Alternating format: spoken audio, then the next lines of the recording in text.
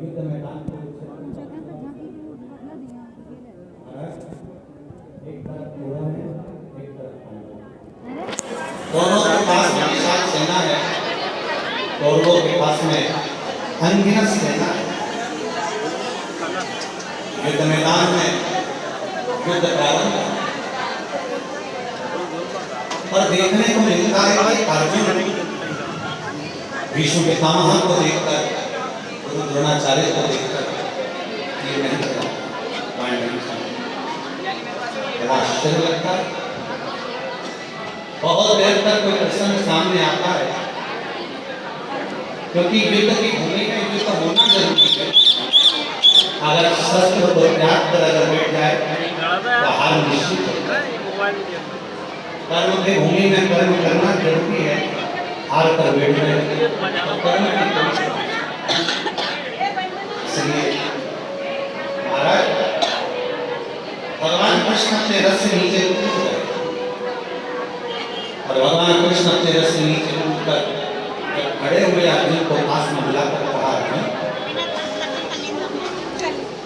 ये सामने जितनी सेना खड़ी है, अगर तू बाण नहीं चलाएगा, तू तीर नहीं चलाएगा, तू शस्त्र नहीं उठाएगा तो सामने की सेना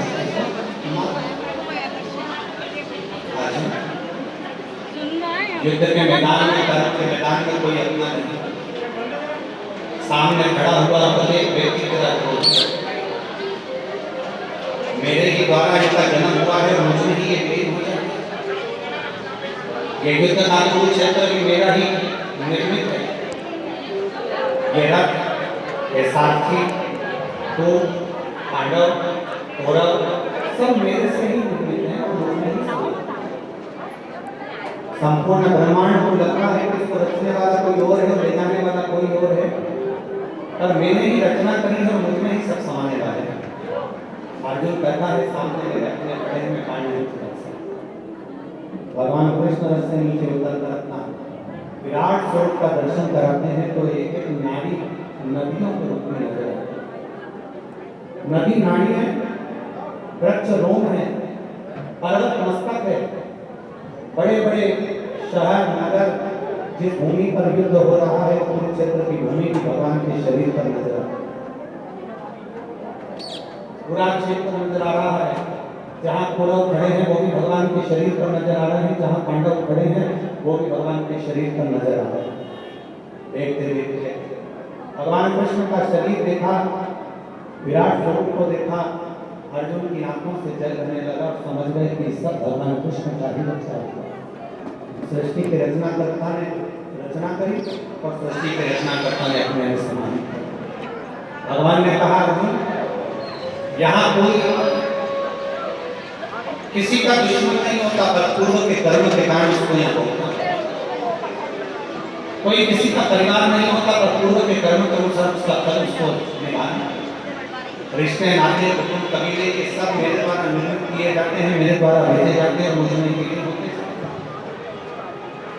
धृतराष्ट्र गांधारी संजय की बातों को श्रवण कर रहे। आगे क्या होगा संजय को नहीं मालूम कि भगवान रथ से नीचे उतरने के बाद संजय को दिखना बंद हो गया। संजय को कुछ नहीं नजर आ रहा, क्योंकि भगवान अपने स्वरूप का दर्शन तो उसका अपना है ना, उसी को प्रदान करता है। हर किसी को भगवान के स्वरूप का भी दर्शन नहीं होता।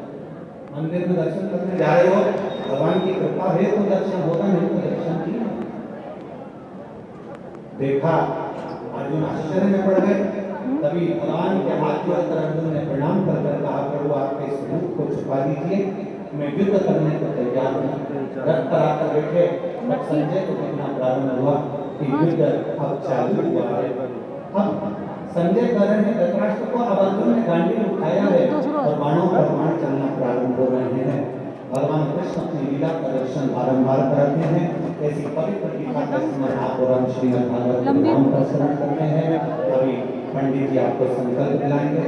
संकल्प दिलाकर आप जिस कथा को श्रवण करें हैं, किस लिए सुने हैं, उस भाव से पूर्वजों को उस कथा का स्मरण कर चावल और जो भी आप रखे हैं जल एक तस्वीर में महिला मंडल डाल पंडित जी संकल्प बोलना प्रारंभ।